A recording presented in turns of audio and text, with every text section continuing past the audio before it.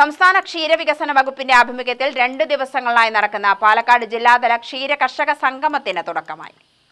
Plachimada doctor Varghese Kurian നഗറിൽ വെച്ച് പെരുമാട്ടി ഗ്രാമപഞ്ചായത്ത് പ്രസിഡന്റ് ഋഷ പ്രേംകുമാർ പതാക ഉയർത്തി. MRCMBU ഡയറക്ടർ കെ ചെന്താമര അധ്യക്ഷത വഹിച്ചു. ക്ഷീരവികസന വകുപ്പ് പാലക്കാട് ജില്ലാ ഡെപ്യൂട്ടി ഡയറക്ടർ N ബിന്ദു ആമുഖ പ്രഭാഷണം നടത്തി. തുടർന്ന് കർഷകർക്കായുള്ള സെമിനാറുകൾ ചിറ്റൂർ ബ്ലോക്ക് പഞ്ചായത്ത് മെമ്പറും KSEB സ്വതന്ത്ര ഡയറക്ടറുമായ അഡ്വക്കേറ്റ് V മുരുകദാസ് ഉദ്ഘാടനം ചെയ്തു.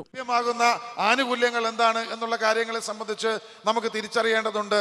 ആ ആനുകൂല്യങ്ങൾ ഓരോ കർഷകരിലേക്കും ഏതൊക്കെ തരത്തിൽ എത്തിക്കാമെന്നതിനെ സംബന്ധിച്ച് നമുക്ക് മനസ്സിലാക്കേണ്ടതുണ്ട്.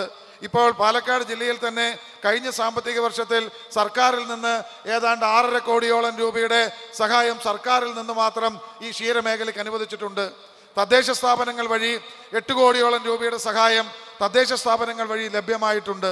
ഇതൊക്കെ ഇവിടുത്തെ 36,000-ഓളം വരുന്ന ക്ഷീര കർഷകർക്ക് ലഭ്യമായിട്ടുണ്ടോ?